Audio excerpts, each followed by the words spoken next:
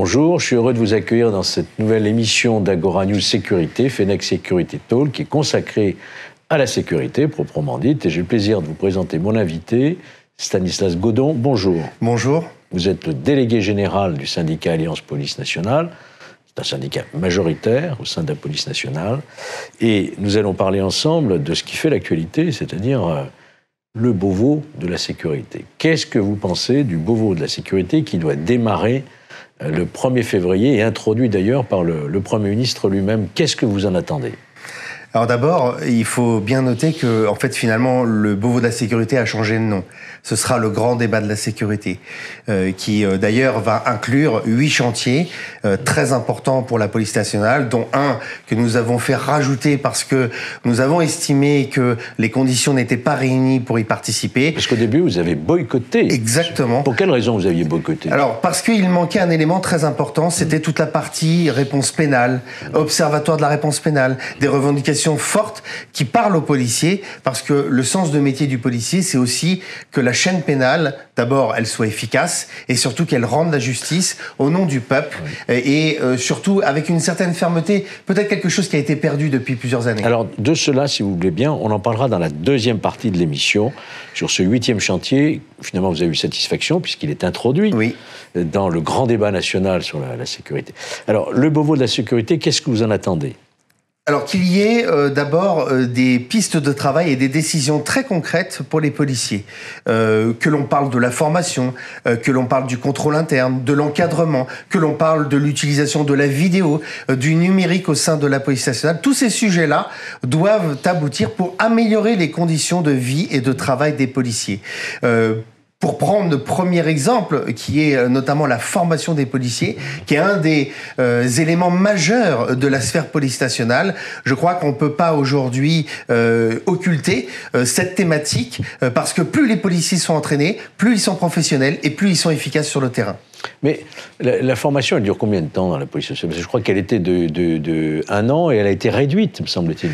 Oui, alors ça, c'était une erreur stratégique de l'ex-ministre de l'Intérieur, notamment, c'est-à-dire de raccourcir la formation initiale et de rallonger la formation, la partie stage sur le terrain théorique. Nous, on avait déjà dit, lorsque ce dossier avait été présenté, que les conditions n'étaient pas réunies encore une fois, puisqu'il n'y avait pas d'encadrement, il n'y avait pas de tutorat, il n'y avait pas d'heures dédiées. Parce que tout le monde sait que quand vous êtes en stage dans la police, mais que vous êtes dans un service opérationnel, vous n'avez pas le temps de faire de la formation. Et c'est en ça qu'il y a un grave problème dans la police nationale, c'est qu'on n'arrive pas à dégager du temps, faute d'effectifs et de recentrage du policier sur son cœur de métier pour que les policiers puissent être formés sur le temps de travail. Alors, vous aviez émis aussi des conditions pour participer à ce grand débat, mais qui sont plus, je dirais, statutaires et matérielles en ce qui concerne les policiers, notamment la gratuité des transports pour le policier, les problèmes de mutuelle. Oui. Vous avez eu satisfaction là-dessus? Alors, sur les mesures sociales, il y a eu des annonces, effectivement, fortes du ministre de l'Intérieur, en amont de ce grand débat de la sécurité, puisqu'il a consenti à ce qu'il y ait effectivement une gratuité des transports pour un trajet entre le domicile du fonctionnaire de police et puis son environnement familial. Ce qui, d'ailleurs, va participer aussi à la fidélisation des personnels de police au sein de l'Île-de-France. Parce que lorsque vous êtes déraciné, lorsque vous arrivez sur la plaque parisienne et que vous avez un engagement écrit, un engagement aussi financier, pour une période de 8 à 10 ans, eh bien, après, vous n'aspirez qu'à une chose, c'est partir. Et ce qui fait que la fidélisation sur l'Île-de-France ne fonctionne pas. D'autre part, je tiens à dire aussi que la gratuité des transports, c'est aussi un gage de sécurité pour les citoyens.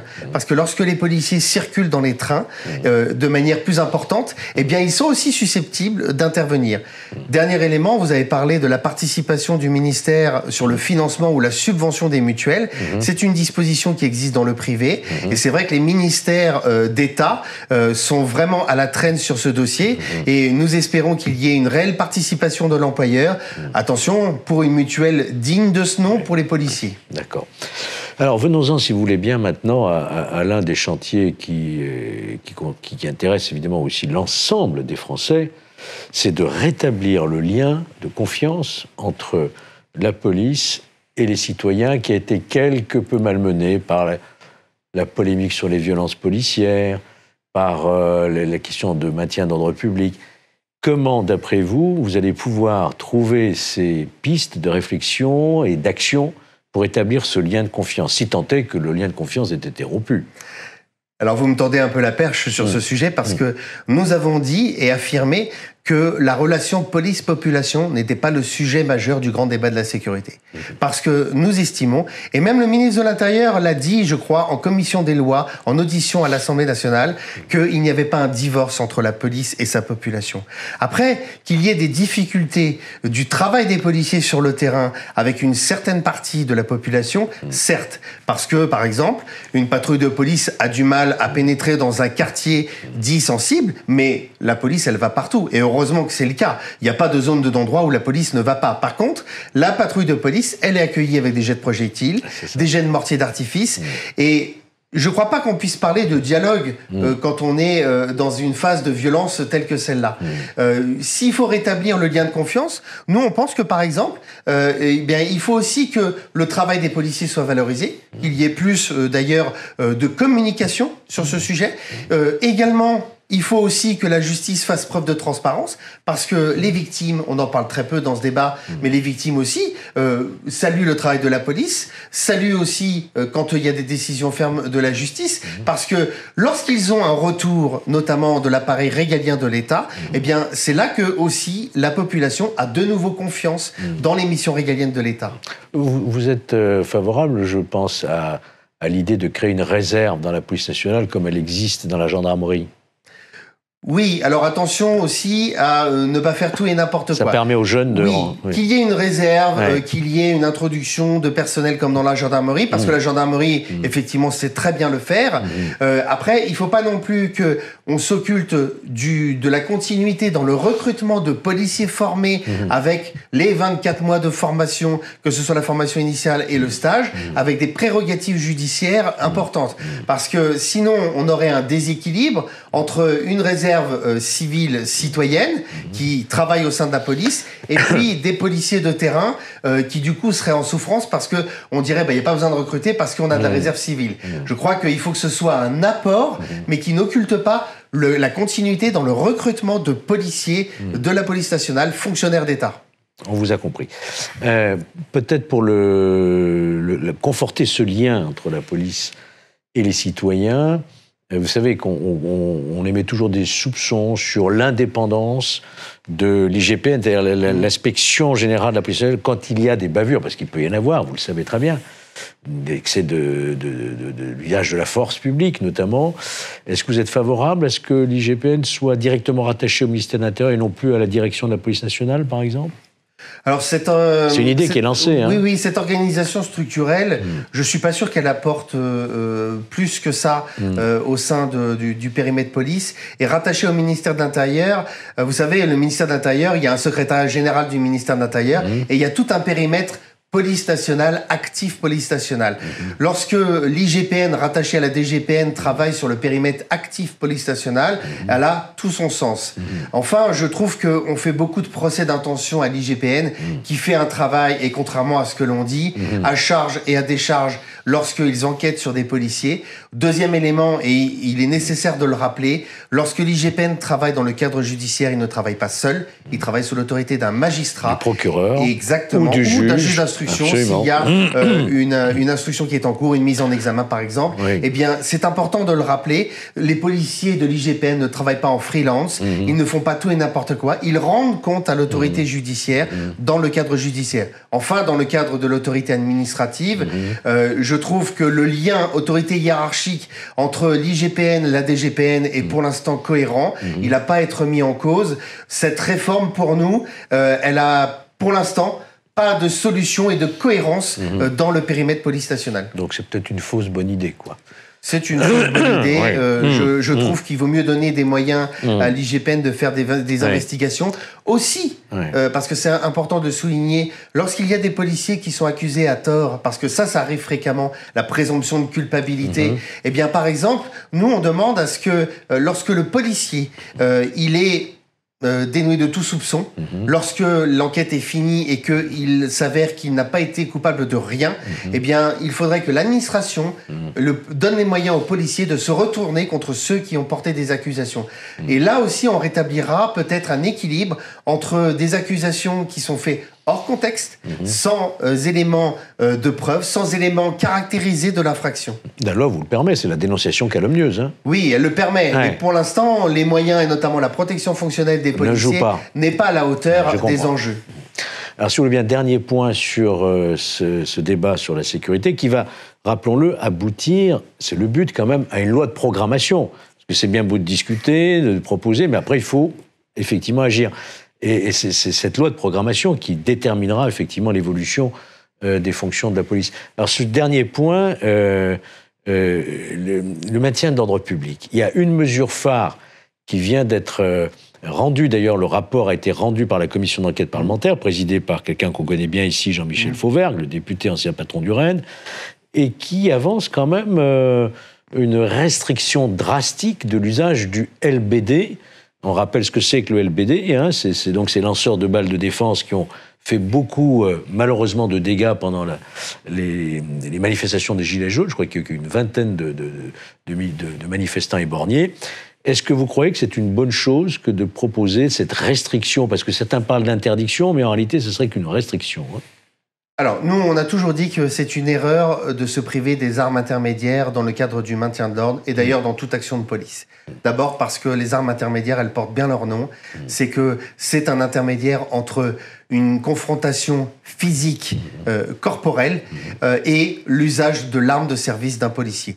Et du coup, ça prend tout son sens d'avoir un élément qui soit pas létal, ça c'est important de le rappeler, et surtout qui permettent d'avoir une certaine distance. Dans le cadre du maintien de l'ordre, je suis obligé d'un peu corriger ce que vous avez dit, parce que 20 éborgnés sur plus de 15 000 utilisations du lanceur de balles de défense. Donc on ne peut pas dire que c'est une arme qui blesse à chaque fois grièvement et hors cadre réglementaire. C'est important de le rappeler. Si ce n'est pas fait, si ce n'est pas utilisé dans le cadre réglementaire, dans ce cas-là, effectivement, qu'il y ait enquête et sanctions. Pour nous, nous ne sommes pas dans le déni et on peut reconnaître ça. Mais je crois que c'est important de rappeler que dans le cadre des manifestations ultra-violentes que l'on a connues pendant 2 ans, les manifestations de Gilets jaunes, rappelez-vous, que ce soit le 24 novembre, le 1er décembre et le 8 décembre, ou le 16 mars d'ailleurs, ou toutes les villes de province qui ont été des théâtres de violence inouïs à l'encontre des forces de sécurité, heureusement qu'on a eu ce lanceur de balles de défense pour rétablir l'ordre public. C'est important de le rappeler. Et on peut peut-être ajouter aussi que dans le nouveau schéma national du maintien de l'ordre public, il est prévu que pour le lanceur, le tireur de LBD, il y ait derrière lui un superviseur. Tout à fait. Il y aura un superviseur. Et d'autre part, dans la préconisation que vous avez évoquée de la commission d'enquête, il est bien stipulé que l'utilisation du lanceur de balles de défense sera possible en cas de danger grave ou d'émeute. Donc ce qui fait que ça donne quand même un contexte d'utilisation du lanceur de balles de défense important pour les policiers, parce qu'il ne s'agirait pas que les policiers soient la chair à canon lors des manifestations ultra-violence. Bien sûr. Juste un élément, si je peux rappeler quand même. Vous avez parlé de la loi de programmation à l'issue du grand débat de la sécurité. Effectivement, c'est une loi importante qui va donner des moyens, un cadre légal législatif. Nous, on a juste émis une réserve par rapport au grand débat de la sécurité. Dans le calendrier électoral, ce grand débat de la sécurité, on ne voudrait pas qu'il serve de tremplin électoral et que les policiers soient un peu utilisés pour servir notamment d'argument électoral pour 2022, par exemple. Eh oui, mais le temps presse maintenant. Hein. Non, mais il faut le faire. Il faut le faire. Mais juste, il faut que ce soit utilisé avant tout pour les policiers, pour la sécurité et non pas et la justice, pour des enjeux électoraux. Bien sûr, mais enfin, tout est politique. Oui. Bon, nous avons terminé avec cette première partie consacrée au Beauvau de la sécurité, qu'on dit maintenant, vous l'avez appelé comment? Le grand débat de la sécurité. Le grand débat de la sécurité. Et nous allons entamer une seconde partie de notre émission. Seconde partie de notre émission avec Stanislas Godon. Un point qui vous tient particulièrement à cœur et qui est une des revendications du syndicat que vous représentez, Alliance Police Nationale. Vous l'avez un petit peu abordé tout à l'heure en introduction. C'est la création d'un observatoire de la réponse pénale. Qu'est-ce que vous entendez par là? Alors en fait, cette réflexion, cette revendication, elle est née d'un constat. C'est qu'on s'apercevait que les policiers de terrain prenaient des risques, menaient des enquêtes, conduisaient, interpellaient des personnes, les conduisaient devant la justice, et on trouvait qu'il y avait un décalage entre le rendu de la justice et le travail des enquêteurs et les peines encourues. Et on s'est dit, eh bien, il faut faire de la transparence. Après tout, on demande de la transparence au ministère de l'Intérieur. Demandons aussi de la transparence dans la politique pénale.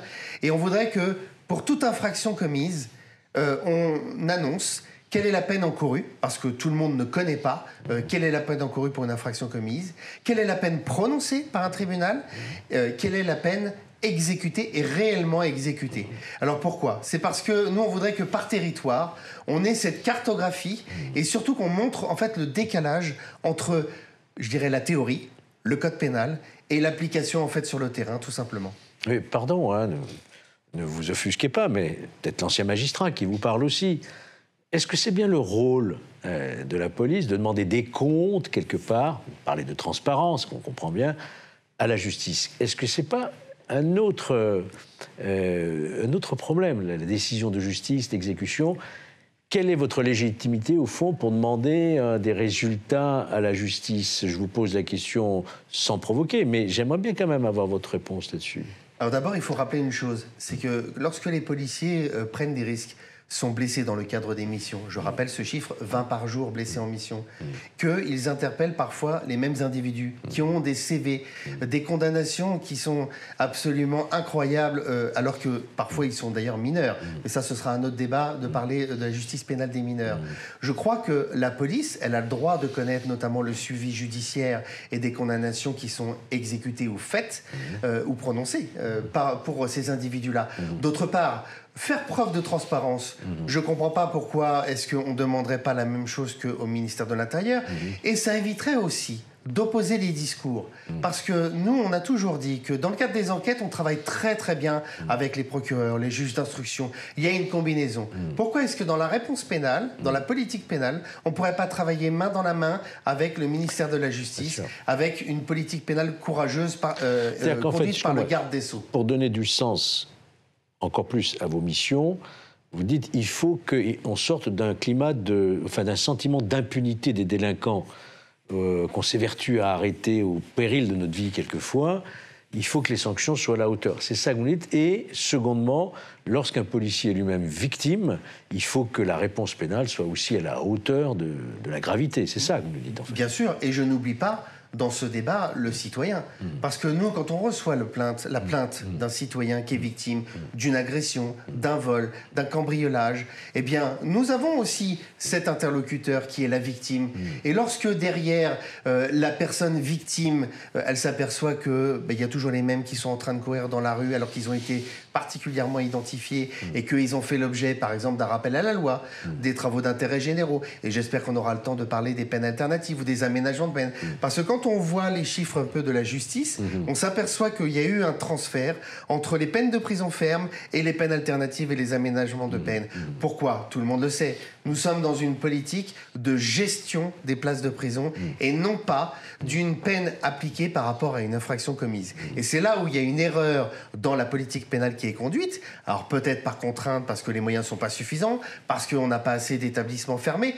Si on parle des mineurs, comment est-ce qu'on peut expliquer qu'il y ait que 50 établissements pour mineurs. Il en faudrait au moins un par département. Au moins un par département, exactement. Et au moins, on aurait une réponse appropriée. On aurait aussi ces mesures d'éloignement pour les personnes qui commettent et qui, surtout, parfois, ne sont pas condamnées et retournent dans leur quartier, gonflent le torse et disent bon, bah voilà, je ne risque plus rien. Exactement. Qui a affronté en vainqueur toutes les institutions. Et cette impunité, en plus, elle est insupportable dans certains quartiers parce que 95% de la population est prise en otage.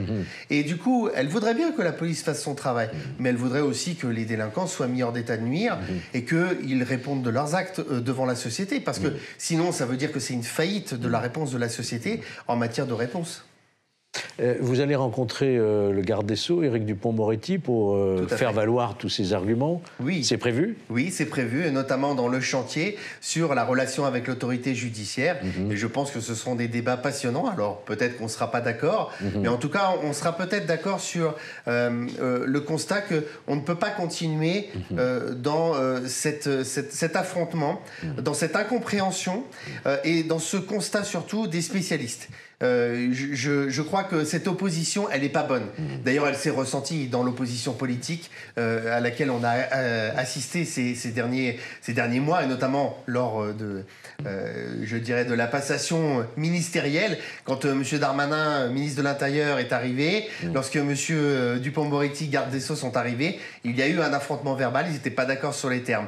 Ce discours-là, il a illustré une chose, c'est que finalement, de tout en haut jusqu'en bas, on n'était pas d'accord. Et je crois que pour mettre tout le monde d'accord, il faut se mettre autour de la table, discuter des sujets avec la réalité des choses. Et c'est bien pour ça qu'on demande la création de cet observatoire. Oui, c'est une excellente chose, mais vous savez que ce conflit larvé entre la place Beauvau et la place Vendôme a toujours existé sous tous les gouvernements.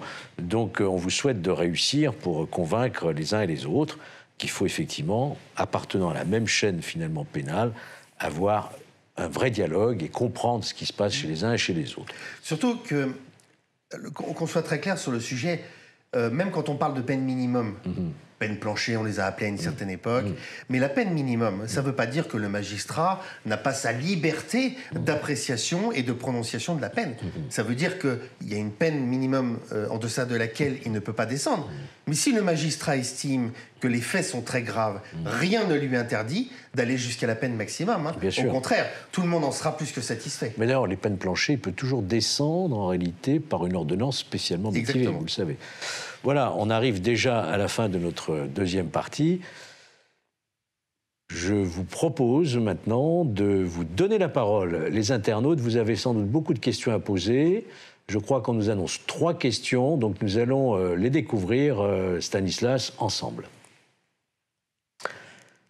Alors, première question, le budget de la police ne devrait-il pas être réparti en donnant davantage de moyens financiers pour le matériel plutôt que de recruter plus d'effectifs, d'autant que la France est dans la moyenne européenne?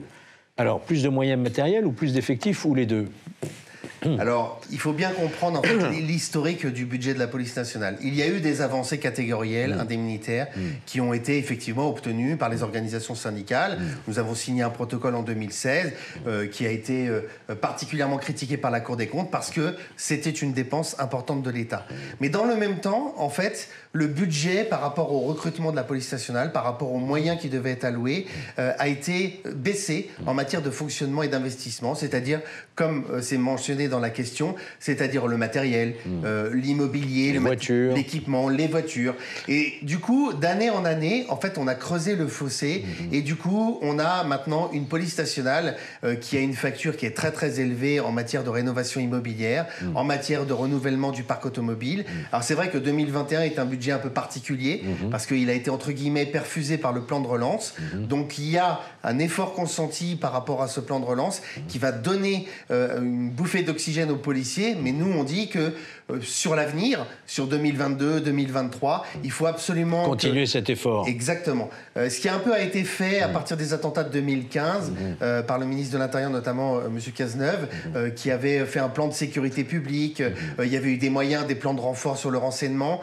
Et en 2018, il y a eu un coup d'arrêt à cet effort budgétaire. Du coup, après, on est retombé dans des travers, je dirais, de déficit en matière d'alimentation financière et de budget.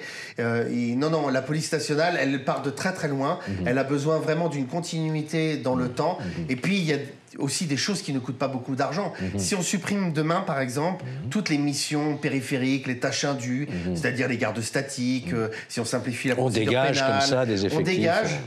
Nous avons le chiffre. Pour être sur la voie publique. Quoi. Exactement, 4700 effectifs. C'est-à-dire que c'est l'équivalent du recrutement d'une année. Oui. Donc ce chiffre n'est pas anodin et je crois qu'il doit être vraiment pris en compte. Il fera partie aussi du chantier du grand débat de la sécurité. C'est ça, vous allez faire valoir ces arguments. Alors deuxième question, les caméras piétons. Tiens, ne sont-elles pas une évidence pour faciliter le travail et améliorer l'image de la police? On y vient en caméra piéton, hein? Ça tombe très bien parce que depuis le début de l'expérimentation des caméras mobiles, des caméras piétons, nous avons toujours été favorables, surtout lorsqu'on a vu les retours d'expérience qui ont été faits. Alors je ne parle pas des retours d'expérience du matériel qui a été une catastrophe, c'est un marché public qui a été fait à la va-vite, avec du matériel qui n'était pas adapté, qui ne tenait pas la charge, qui filmait avec une très très mauvaise qualité. Bref, ce n'était pas un outil à la hauteur des enjeux. Mais par contre, on a pu constater que lors des contrôles, qu'ils soient d'identité, routiers ou lors des interventions de police, à partir du moment où on déclenchait la caméra lorsque des individus voulaient un peu faire monter la sauce, partir à la rébellion, à l'outrage, ça calmait les esprits. Et bien tout de suite, ça calmait parce qu'ils savaient très bien que les images pourraient être utilisées. Et nous disons que les caméras mobiles doivent être aussi utilisées comme moyen de communication. Aujourd'hui, lorsqu'il y a une vidéo qui sort, par exemple, sur les réseaux sociaux, elle devient virale, et on essaie d'expliquer que c'est une violence policière, parce que c'est l'usage de la force. Mais non, il y a un contexte. L'usage de la force par les policiers, c'est quelque chose qui est prévu par la loi. Ils ont la légitimité de l'usage de la force. Strictement nécessaire. Strictement nécessaire, vous avez raison de le rappeler, et dans tous les domaines, mais... Pour ça, il faut aussi avoir un contexte. Il y a parfois des explications à l'usage de la force. Et on ne peut pas faire un procès d'intention, la présomption de culpabilité, le police bashing. D'où l'intérêt de la caméra piéton. De la caméra piéton. Mais il faut aussi que le ministère de l'Intérieur soit en mesure de communiquer très très rapidement pour rétablir l'équilibre dans parfois ce qu'on appelle des fake news et qui sont très néfastes, qui jettent l'opprobre sur les policiers et qui parfois mettent à mal aussi des fonctionnaires de police parce qu'à l'heure d'aujourd'hui, lorsqu'il y a diffusion de l'image des policiers, on diffuse le visage, on donne les adresses, on donne les noms parfois. Et c'est bien pour ça que nous avons toujours encouragé cet article 24 de la loi sécurité globale. Qui va encore faire couler beaucoup d'encre. Oui, qui va être réécrit d'ailleurs au Sénat. Qui va être réécrit au Sénat. Alors, troisième et dernière question. Le Beauvau de la sécurité n'est-il pas juste un effet de manche à 1 an de la présidentielle ? La répartition des budgets et des moyens pouvant se faire directement via le ministère de l'Intérieur. Et j'ajoute sur cette question vraiment d'actualité importante, on sort aussi d'un débat qui a donné lieu à un livre blanc déjà. Beaucoup de choses ont été dites. Alors, qu'est-ce que vous en pensez? Est-ce que c'est un effet de manche vous l'avez dit tout à l'heure, il ne faudrait pas que ce soit électoraliste. Exactement. Il ne faudrait pas aussi que ce soit un peu une excuse pour faire oublier des propos du chef de l'État qui ont particulièrement blessé la police nationale et les policiers. Lorsqu'il y a eu, rappelez-vous, cette affirmation de contrôle aux faciès systématique, des violences policières au sein de la police nationale. Brut, là, le média brut. Exactement. Qui ont été assez insupportables, très très mal vécues par les policiers, qui ont d'ailleurs enclenché une certaine colère. Donc oui, il ne faudrait pas que ce Beauvau de la sécurité, d'abord, débouche sur quelque chose qui soit pas à la hauteur des enjeux de sécurité à la fois pour les policiers et puis pour les citoyens. D'autre part, vous avez raison de souligner, il arrive pendant une phase de négociation sur le livre blanc. Alors le livre blanc va un peu plus loin puisque c'est toute l'organisation structurelle de la police nationale. Là, on a 8 chantiers qui sont clairement identifiés au sein du grand débat de la sécurité. Donc ce sont 2 vecteurs mais qui ne doivent pas s'opposer, se contredire, ils doivent au contraire se compléter. Très bien. On est passé finalement des 7 péchés capitaux. Souvenez, l'expression du ministre Gérald Darmanin, à 8 péchés capitaux. Donc, le 8e, pour vous, est très important. Oui, le 8e qui a été rajouté, celui de la partie relation avec la justice. Judiciaire.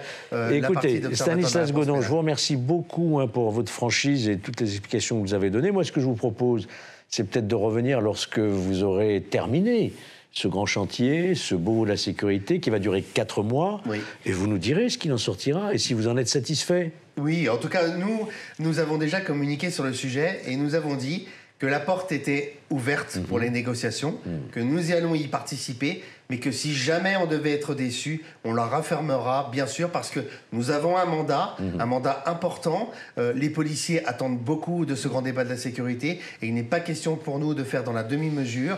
Les enjeux sont bien trop importants.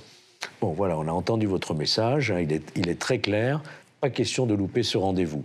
Merci Stanislas, et donc je vous donne rendez-vous à la fin de ce grand débat. Très bien, merci à vous tous, à la prochaine émission. Au revoir.